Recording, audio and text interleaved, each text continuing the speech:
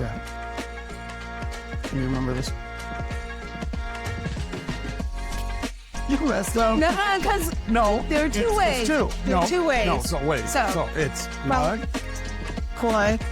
now the other one, the other one is done. One, That's two, together. 1, 2. You call me ghetto? Oh no, you're afraid of the ghettos. Oh, make that sense. Okay, what was the other one? No, I don't remember. That was the one I know. That's the only one I know. There was none of that. That's the more advanced one. Yeah, sure. You Okay. are in timeout. Okay, all right. It's beautiful. Have you ever been asked the question, how did you know? How did you know that Ricardo was the one? Or how did I know Christian was the one? I think a lot of time or a lot of our decision, a lot of what could impact a marriage towards success and propel it towards success. It's probably not what people think, because a lot of what we think is what is going to make a marriage last is often defined or simplified as love. And the song Love Don't Cost a Thing is a lie. If it wasn't expensive, It's expensive. It costs a lot. it costs everything. But ultimately, it boils down to one thing in regards to love. And love is a choice. And so today, the 4th episode of Me and My Pod, I think we want to tackle this layered representation of what potential successful marriage can look like and the impact that it has. Now, success is going to be different. It looks differently in our relationship as it would compare to somebody else's. But I think these 3 elements, or the proper understanding of these 3 elements, can have a tremendous impact on what happens. So for us, these last 20 years are a result, a byproduct of these 3 elements. And so let's talk about it on today's episode of Me and My Pod. All right. Okay. I am Ricardo. I'm Christian. Like, The religion. Fucking brings it.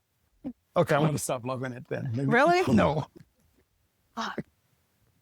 Today, we want to continue our conversation. Thank you again for joining us on the 4th episode of Me and My Pod.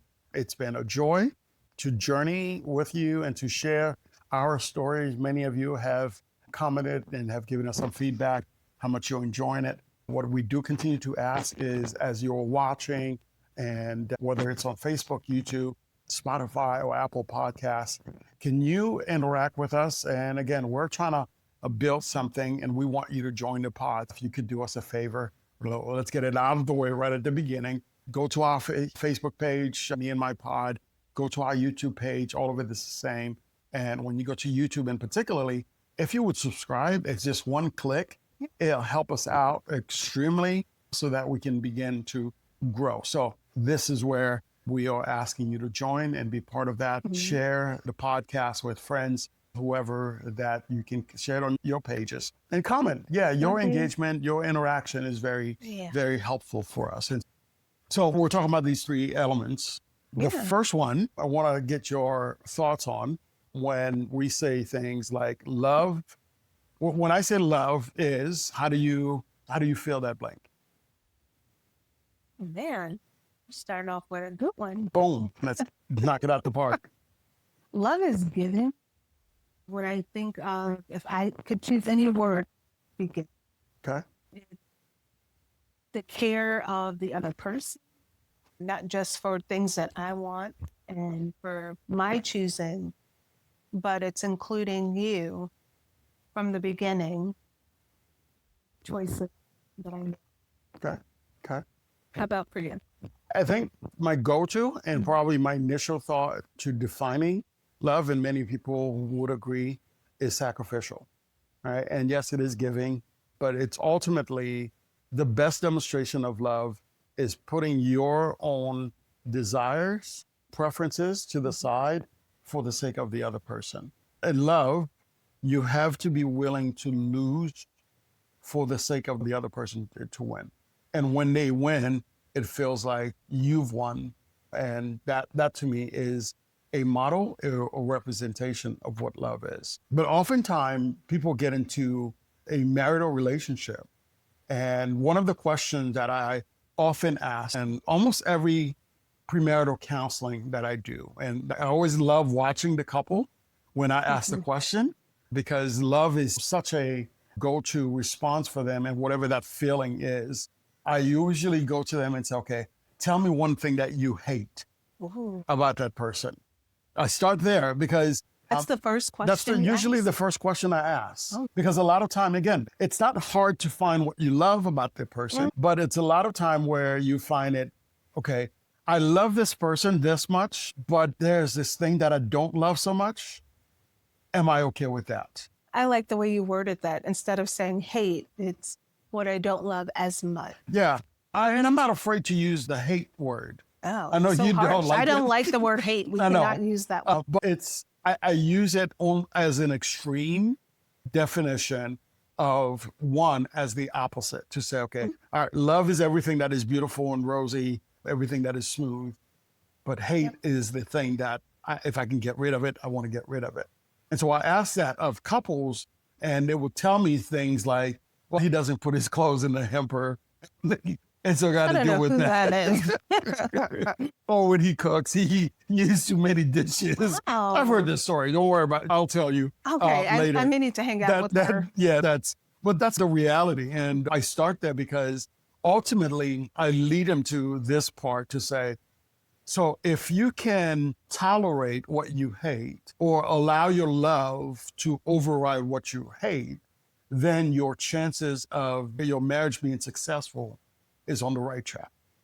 And it's important to recognize what that is. And I like that you bring it to the front and start there instead of waiting. Hey, we're about 6 sessions and you can't read that person's mind if you don't get that done at the beginning, or even when you're married, if you're not talking about it, you're keeping it inside, that person won't know. Yeah. And so it'll keep building and building, and it becomes something from, hey, your clothes are not off the floor, to everything else. It falls into something that becomes a bigger issue that affects your marriage in a horrible way. Yeah. Do you go into do more marital counseling in that sense, or no? It set the stage for everything else. Okay. When we get to talk about not only marriage and the beginning, but we also talk about the unexpected expectations, or where we have our rules. We don't know about them until it's been violated. And this stuff that I get from Les and Leslie Perot and Norman Wright were two of my go-to when I'm doing counseling. Okay. But this is really part of the building blocks of successful marriage. And we're not coming in as experts. We are not experts. We are people who are just living life and sharing our stories to you, to whoever may benefit from it. And the way I want to guide, or at least have this discussion today, is not love as the emotional expression that we have. Because if love is just emotional, and emotions are more like a roller coaster, so you are in love and you're out of love. You are in love and you're out of love. And so eventually, if love is just feelings stop or feeling change. It only takes you so far on that feeling. Correct. Like you were saying, that roller coaster. We're on this high, we're getting up there, and then all of a sudden, it just declines. Yeah. And then you try to find ways, hey, let's build it back up again. But if you're not sharing, again, communication is so important. You just go back down again. Yeah, and you never, and I may be wrong in this, but you never get back to that level. And so it's this constant. And so eventually it flatlines if it's just depending on feeling. I think part of, even for us, it's not the question of whether or not do I feel love towards you. Life has a way of throwing certain things in your face to say, okay, all right, how are you going to respond in this? We shared last episode that when we talked about being in the hospital, right, when with Michaela, I think one, it was a very tragic moment, a very scary moment, unexpected results Yeah. that we had no idea how things were going to play out. And so there was a lot that was going on in my mind as to what am I going to do? What is that going to, how does that change us if you were to lose a baby? And I know people who have gone through that, and it is a tragic state. And that moment for me, when the doctors and neonatal folks were in there, bringing that binder up, saying, okay, what are you going to do? But not only that, even if we did not lose the baby, with what they told us and the chances, the possibilities of the defect and all of that. 5%. I Yeah. just remember that 5%. And during that time, it was like I wasn't myself because they had me under all that medication. Yep. So I didn't get a full understanding of what exactly was happening. They tried to explain, like, in between the moments of, oh, your medication ran out. We're going to give you more, but we want to show you this binder. Yeah. We're going to give you more, but we want to talk to you about the possibility of your child not surviving.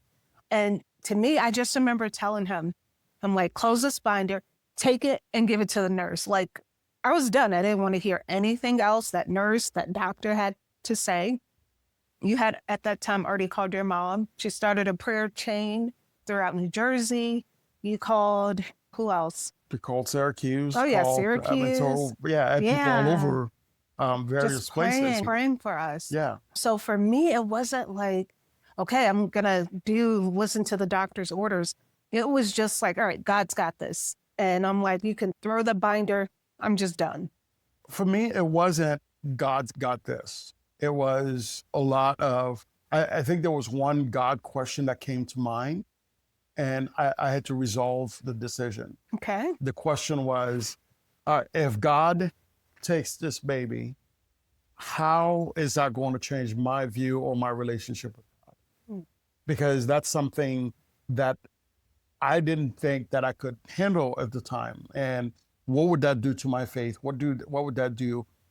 But I think even to come back to this love thing is that how do I love her when we are going through this tragic situation? Even after we left the hospital, you were put on bed rest.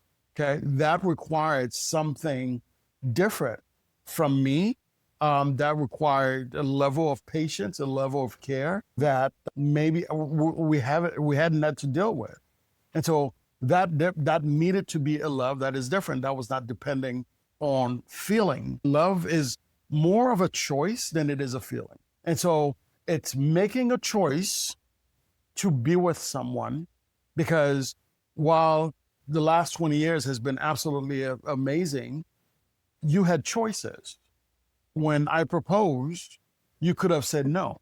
When I asked you out, I didn't give you much of a choice. Oh my goodness. Oh my goodness. But you could have said no, and that would have. And so the choices that we make is what builds long lasting, successful, impactful marriages. And so if love is just the emotional and even action that leads to emotional response, can be a double-edged sword.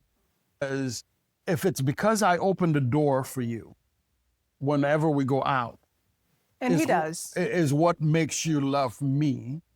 When I don't do that, it now stops you from loving me. But even more, it actually start making you question, does he still love me? Because why does he stop doing that? Because the action defines the expression of love. And so if love is a choice, then our choice is making a conscious, continual decision to say yes. How do you think it plays into our relationship? I think it is. It's when you say your marriage vows, you promise to love them in sickness and in health.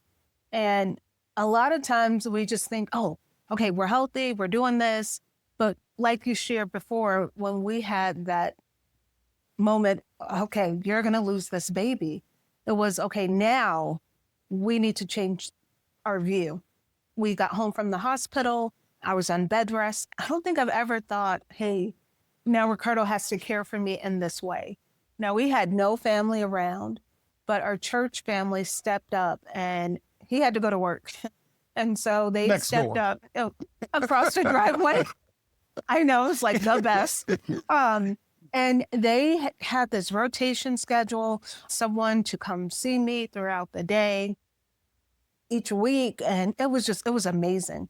But I never thought about it in that viewpoint of, okay, this is how he's caring for me. It was like, I don't know, I never felt like I was alone, but the love and the care that you shared during that time, it has continued from the very beginning.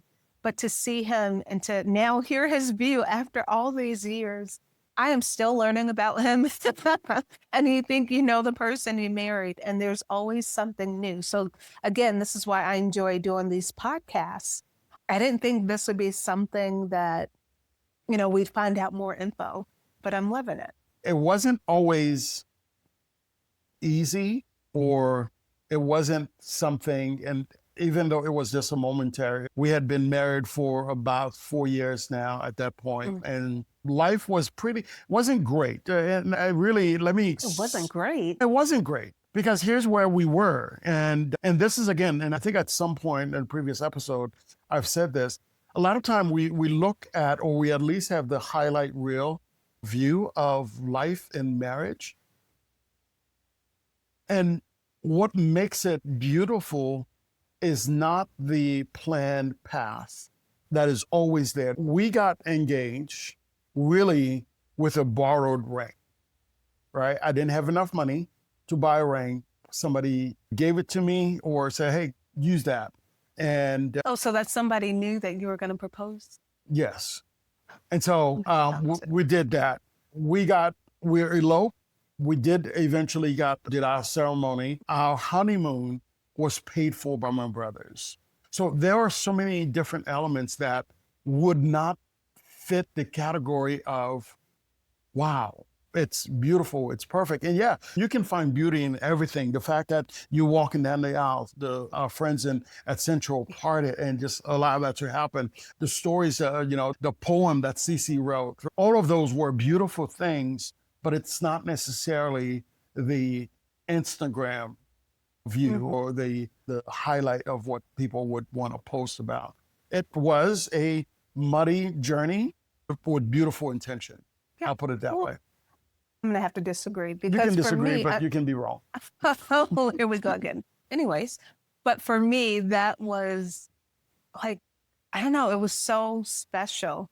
And that's where I was. So for me, that was something that it meant a lot. No, and it wasn't, I'm not taking away from it being special. We cannot stop love at feeling. It has to be a choice. Yes, feelings are involved. Feelings have their way in, and there are different stages of love that we're not going to go into, but that you can look at and say, okay, this is where we are. But for the purpose of our story, or for the purpose of lasting marriages, and we know people who have been married 40, 50, 60, 70 years, those are a beautiful story, and they will probably tell you the same thing, to say, yeah, we just made a choice. And so from love being a choice, the next layer that I want to navigate into is that marriage is a decision.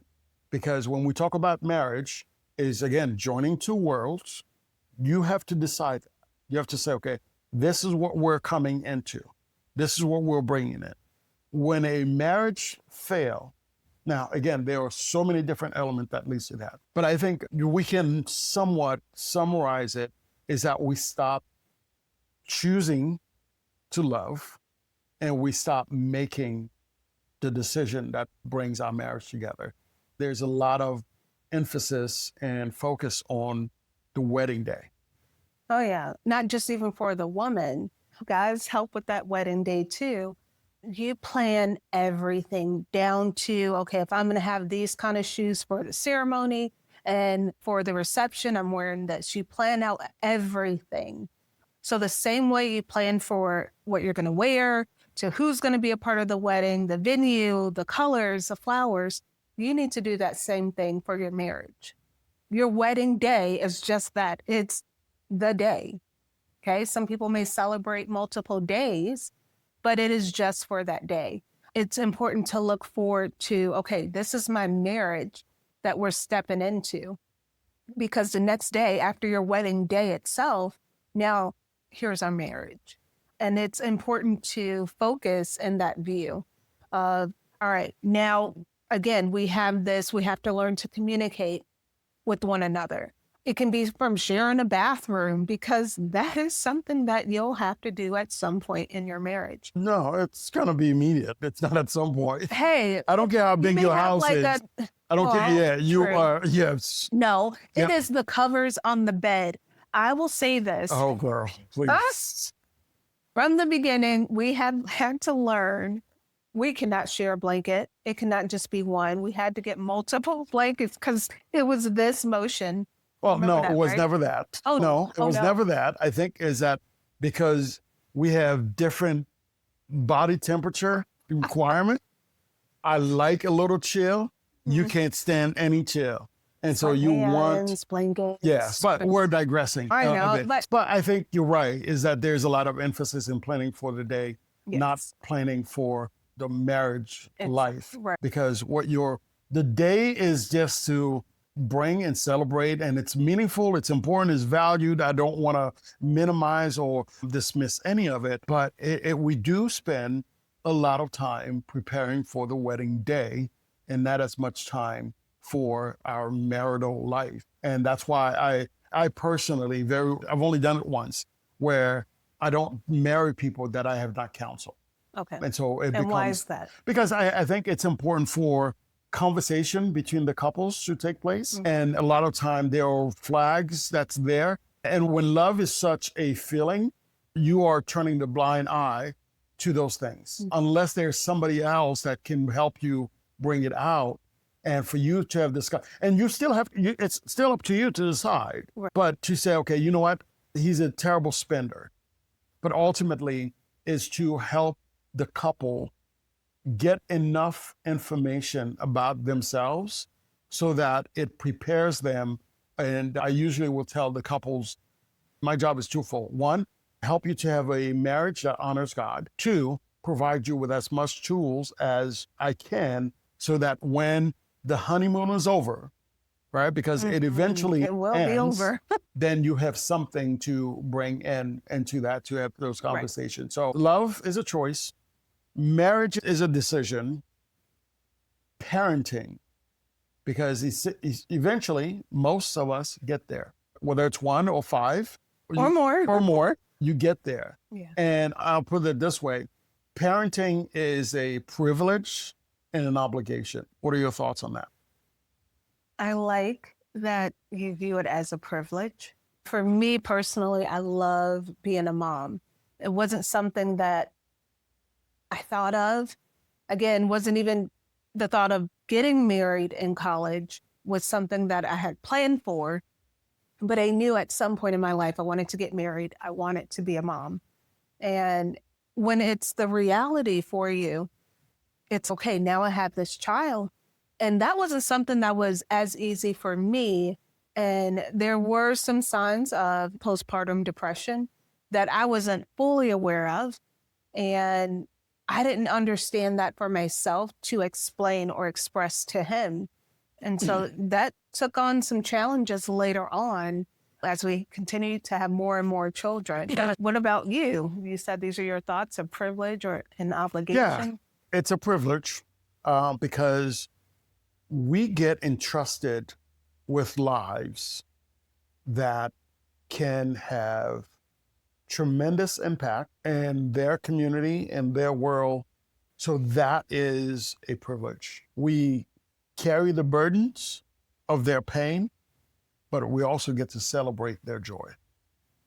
And we want them to succeed. Yeah. And that to me is the privilege part. The obligation and it's the responsibilities that comes.